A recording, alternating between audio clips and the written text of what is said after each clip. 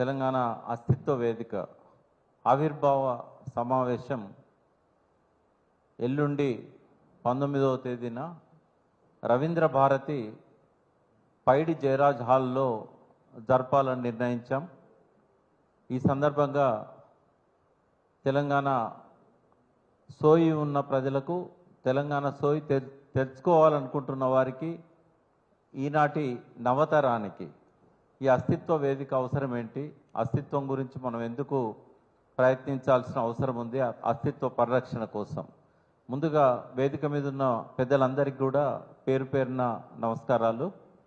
మేము ఈ వేదిక మీద ఉన్న వాళ్ళమే కాకుండా దాదాపు ఒక 40-45 మందిని, చాలామందిని మనము ఉద్యమ కాలం నుంచి కూడా గుర్తుపట్టే వ్యక్తులే. టంకసాల అశోక్ గారు కానీ, ఇంకా సి వీరేందర్ లాంటి సైకాలజిస్టులు, ఎంతోమంది ఇంజనీర్లు, మన జేఏసీ ఇంజనీర్ల జేఏసీ స్థాపించిన వెంకటేశం గారు, దాని జేఏసీ చైర్మన్గా ఉండే కో చైర్మన్ కిషన్ గారు, మహబూబ్ నగర్ సిఈ ఖగేందర్ గారు, ప్రొఫెసర్ రాజ్యలక్ష్మి డిగ్రీ కాలేజ్ ప్రిన్సిపాల్గా పనిచేస్తున్నారు, ప్రొఫెసర్ కనకదుర్గ గారు, దంటు కనకదుర్గ గారు తెలంగాణ ఉద్యమంలో కలిసి పనిచేసిన సీనియర్ ప్రొఫెసర్ ఆమె. ఇట్లా చాలామందిని మాతో కలిసి ఒక 3 నెలల నుంచి ఈ ఏదన్నా అస్తిత్వం కోసం మనం ఏమన్నా చేయాలి. ఎందుకు వచ్చింది ఆలోచన అంటే, ఈ తనుగుల చెక్ డ్యామ్ను కొంతమంది ఇసుక మాఫియా పేల్చేసిన సంగతి మీకు అందరికీ తెలుసు. ఆ సందర్భంగా water man of India Rajender Singh గారు కూడా వచ్చి ఇదే ప్రెస్ క్లబ్లో ఈ ఇసుక మాఫియా చేసిన దుశ్చర్యల గురించి సాక్ష్యాధారాలతో సహా బయటపెట్టడం జరిగింది. సో ఎప్పుడైతే అది జరిగిందో మాకు అర్థమైంది ఏంటంటే, తెలంగాణలో విధ్వంసం చేసే శక్తులు ఉండవు. తెలంగాణ వాళ్ళు కూల్చేయడంలో ముందుండరు, నిర్మాణంలో ముందుంటారు. మరి ఎక్కడి నుంచి వచ్చింది పనికి మాలిన సంస్కృతి? ఈ కూల్చేయడం ఏంటి? ఈ కూల్చేయడం అనేది మన సంస్కృతే కాదు కదా. 10 మందికి మేలు చేసే సంస్కృతి మనది. మనం ఒకరికి మేలు చేయలేకపోయినా కూడా కీడు చేసే స్వభావం తెలంగాణ వాళ్ళది కాదు. తెలంగాణ అస్తిత్వం అనేది క్రమక్రమంగా ప్రమాదంలో పడుతున్నది. తెలంగాణ ఉద్యమంలో ముందున్న వాళ్ళము, తెలంగాణ రాష్ట్రం వచ్చిన తర్వాత మనం అస్తిత్వం గురించి అసలు పట్టించుకోలేదు. దానివల్ల జరగాల్సిన నష్టం చాలా జరుగుతున్నది. దాదాపు 2014లోనే ఇట్లాంటి ఒక అస్తిత్వ వేదిక అనేది ఏర్పాటు చేయాల్సిన అవసరం ఉండే. ఎందుకంటే చాలామంది యంగ్ జనరేషన్కి ఈ తెలంగాణ ఉద్యమం ఎందుకు వచ్చింది, తెలంగాణలో ఈ సోయి అనేది ఇప్పుడున్న జనరేషన్కి అసలు కంప్లీట్గా లేకుండా పోయింది. సార్ పైకి రండి, నాగేంద్ర ఒక చైర్ సార్ పైకి రండి. సిహెచ్వి ప్రభాకర్ గారు, వారు సీనియర్ జర్నలిస్టు జగిత్యాల, అదేవిధంగా పత్రికకు కూడా తన ఎడిటర్గా ఉన్నారు.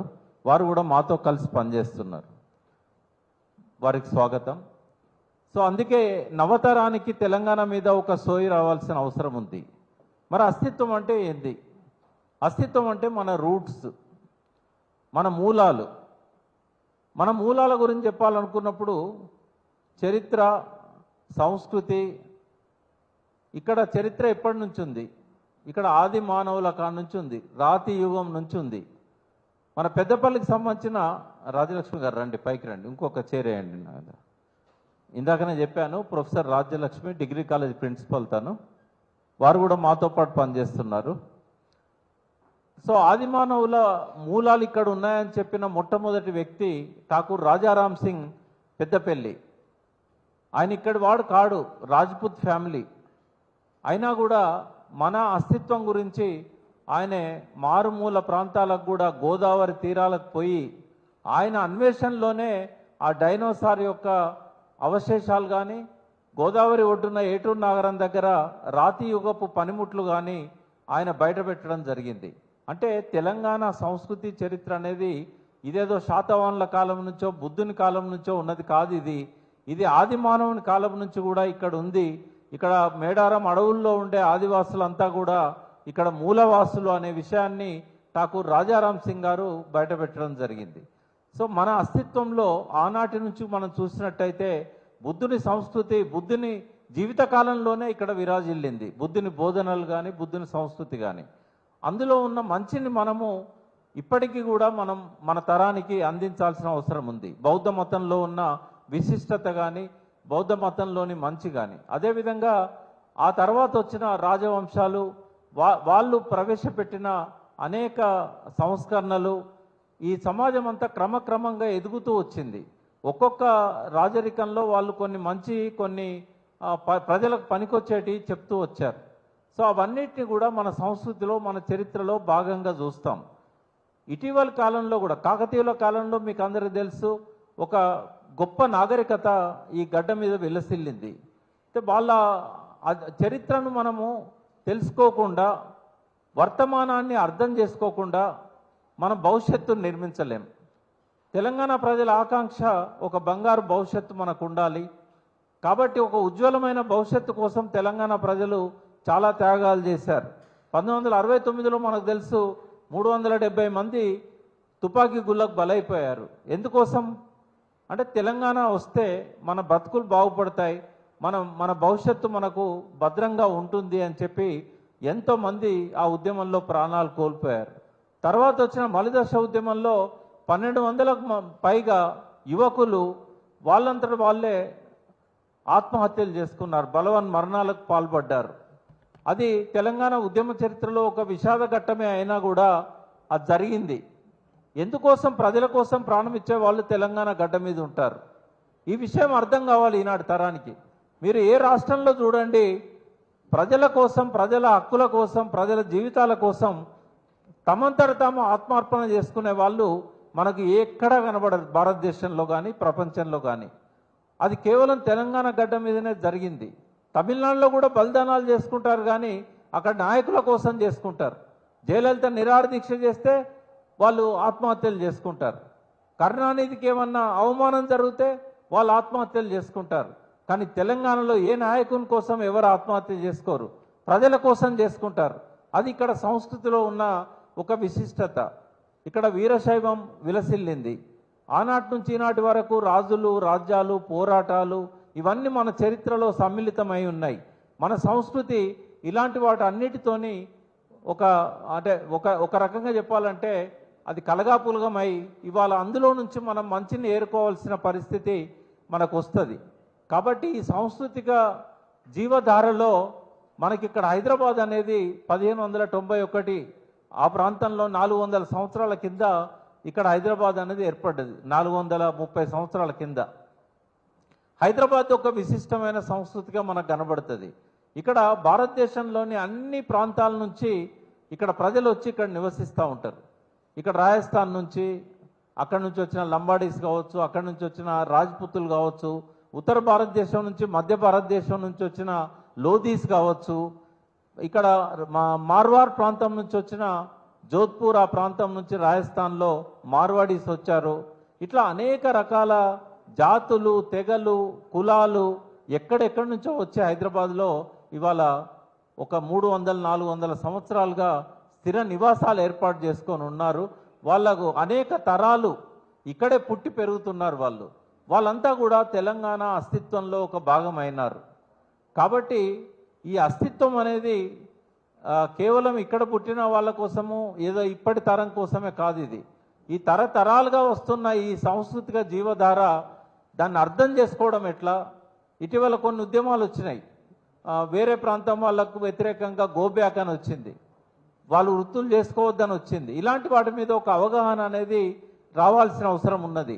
ఏది మనం పర్మిట్ చేద్దాము, ఏది మనం పర్మిట్ చేయకూడదని.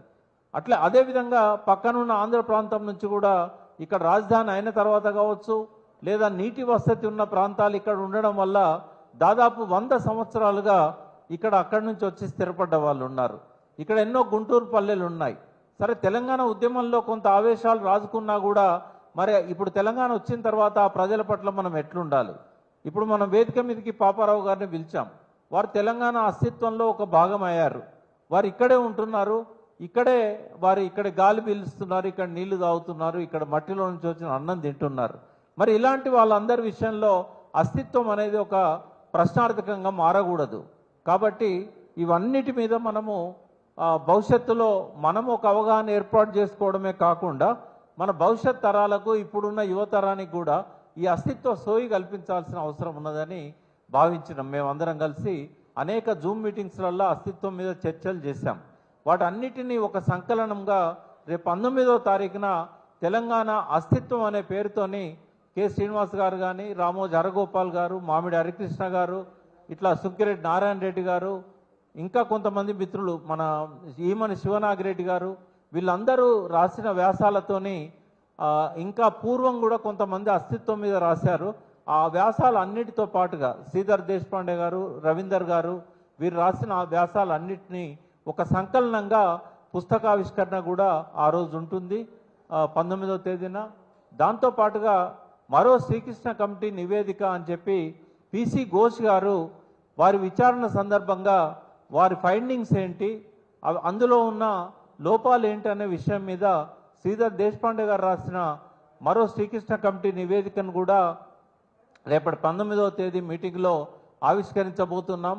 ఈ రెండు పుస్తకావిష్కరణలతో పాటుగా తెలంగాణ అస్తిత్వ వేదిక ఆవిర్భావాన్ని కూడా అదే రోజు పైడి జయరాజ్ హాల్ రవీంద్ర భారతిలో ఉదయం 10 గంటల నుంచి 1 గంట వరకు జరిగే సమావేశంలో ఆ అస్తిత్వ వేదిక ఆవిర్భావాన్ని కూడా ప్రకటించబోతున్నాం. అయితే ఈ సమావేశానికి మేము ఒక లైఫ్ టైం అచీవ్మెంట్ అవార్డు మా మీటింగ్లో ఇవ్వాలని అనుకున్నాము. దానికి మేము ఎంపిక చేసిన వ్యక్తి తెలంగాణ గర్వపడే ఒక సీనియర్ జర్నలిస్టు ఎస్ వెంకటనారాయణ గారు. వారు దాదాపుగా 60 సంవత్సరాల నుంచి ఢిల్లీలో ఉన్నారు. వారు కమలాపురం అనే మారుమూల పల్లెల్లో వికసించిన ఒక పద్మం తెలంగాణకి ఒక గొప్ప ఆభరణం. సో వారు ఇందిరాగాంధీ దగ్గర నుంచి, రాజీవ్ గాంధీ దగ్గర నుంచి ఇప్పుడు రాహుల్ గాంధీ వరకు కూడా, మోడీ వరకు కూడా, ప్రధానమంత్రులకు కూడా సలహాలు ఇవ్వగలిగే వ్యక్తి ఈ తెలంగాణ గడ్డ మీద పుట్టినందుకు మనందరం గర్వపడాలి.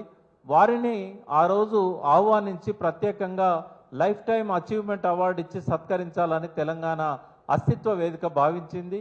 అదేవిధంగా చక్రపాణి గారు, మనందరూ తెలుసు, గంటా చక్రపాణి గారు ఎప్పుడు తెలంగాణ అస్తిత్వం మీద, తెలంగాణ సమకాలీన రాజకీయాల మీద విశ్లేషిస్తారు. గతంలో సక్సెస్ఫుల్గా పబ్లిక్ సర్వీస్ కమిషన్ చైర్మన్గా, మొట్టమొదటి తెలంగాణ పబ్లిక్ సర్వీస్ కమిషన్ చైర్మన్గా పనిచేసి విరమణానంతరం ఇప్పుడు మళ్ళీ ఓపెన్ యూనివర్సిటీలో వైస్ ఛాన్సలర్గా ఉన్నారు. వారి చేతుల మీదుగా ఈ సత్కారాన్ని వెంకటనారాయణ గారు పొందబోతున్నారు. వారితో పాటుగా ఈ సమావేశానికి వ్యాసాలు రాసిన, ఆర్టికల్స్ రాసిన కె శ్రీనివాస్ లాంటి వాళ్ళందరినీ కూడా మేము ఆహ్వానించాం. అల్లం నారాయణ గారు కూడా ఆయన తెలంగాణ అస్తిత్వానికి ఒక ప్రతీకలాగా అనేక పుస్తకాలు రాశారు, ప్రాణహిత లాంటి పుస్తకాలు. తెలంగాణ ఉద్యమ కాలమే కాదు, తెలంగాణ ఉద్యమానికంటే ముందు కూడా ఆయన ప్రజల కోసం పనిచేసిన ఒక గొప్ప జర్నలిస్టు. ప్రెస్ అకాడమీ చైర్మన్గా ఆయన 9.5 సంవత్సరాలు పనిచేశారు. వారిని కూడా మేము ఆ రోజు వేదిక మీదకి ఆహ్వానిస్తున్నాం. వారితో పాటుగా ఈ సంస్థలో ఉన్న ముఖ్యులందరూ కూడా అందులో భాగం అవుతున్నారు. ఈ అస్తిత్వ సోయి కల్పించాలనే మా ఈ ప్రయత్నాన్ని తెలంగాణ సమాజం ఆదరిస్తుందని, గౌరవిస్తుందని మేము భావిస్తున్నాం. అదేవిధంగా వేదిక మీద ఉన్న బుచ్చన్న లాంటి వాళ్ళు, అదేవిధంగా మీలో ఉన్న చాలామంది జర్నలిస్టులు కూడా మాతో పాటుగా మీరు కలిసి రావాలని మేము కోరుతున్నాం.